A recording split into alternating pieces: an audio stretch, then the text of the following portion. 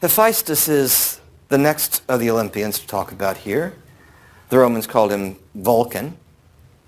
The god of fire and forge is the traditional title that's given to Hephaestus. What happens is that after Athena is born, Hera gets jealous. She gets jealous not only because Zeus has had a child with Metis, but he's also given birth to that child all by himself. Out of his head pops Athena. And so she decides she's going to one-up Zeus, so she conceives Hephaestus by herself. It doesn't happen all that often, but it happens sometimes in the stories, especially with the earth goddesses. Remember all the way back to the first day of class, the earth goddesses and fertility and Gaia. Well, Hera's Gaia's granddaughter, you know. So I say, why not? Why not? That's all I have to say about it. Why not? If she's an earth goddess, she can conceive by herself. Why not? She conceives Hephaestus. Anyway, Hephaestus is born. He's an ugly baby. He's unusually small. One story says he was born with a club foot and would never be able to walk. And in that story, Hera is terribly disappointed that she's given birth to this ugly little baby who's never going to be able to walk, so she throws him off of Mount Olympus. It takes a day for him to fall and hit the ground in the story. That's how tall Mount Olympus is. In another story, Hephaestus is born. He's an ugly little baby, but he's just fine.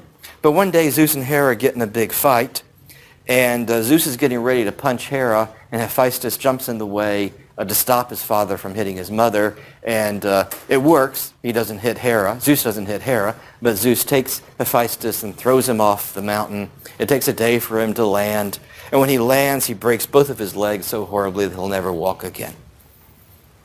One story or the other, he is handicapped. He's not going to be able to walk. Anyway, he becomes the god of fire and forge. He becomes the blacksmith and the armorer. He's always making cool stuff. He makes 2 robots to help him in his blacksmith shop. He makes the robots out of gold with silver tongues, and they move around and help him in the shop. He makes a chair that moves around wherever he wants it to go, so he can just sit in his chair and do his work. Kind of neat inventions. Every time the gods need something cool made, they go to Hephaestus, you see. They ask him to make cool stuff for him. Everyone likes him. His best friends are the Cyclops. They hang out down around the volcanoes, and they make all kinds of cool stuff. It's kind of interesting that in making bronze, many blacksmiths used, in the Bronze Age and the Iron Age, used arsenic to harden the metal. And one of the conditions of being around arsenic is to develop a lameness. It develops a nervous problem, and then people have a difficult time walking around. So there may be some connection between this arsenic poisoning, which is happening to an awful lot of blacksmiths, because we see lame, handicapped blacksmiths all over the place in Norse theology, in Ugaritic mythology, that's in the area of Mesopotamia. In India, there's a myth about a blacksmith who is crippled and unable to walk. Kind of interesting. Hephaestus is an outcast. I mean, literally, he's cast out of Mount Olympus.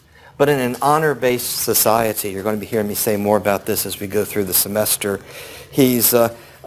An honor-based society is where your self-image comes from what other people think about you. Other people give you your self-identity.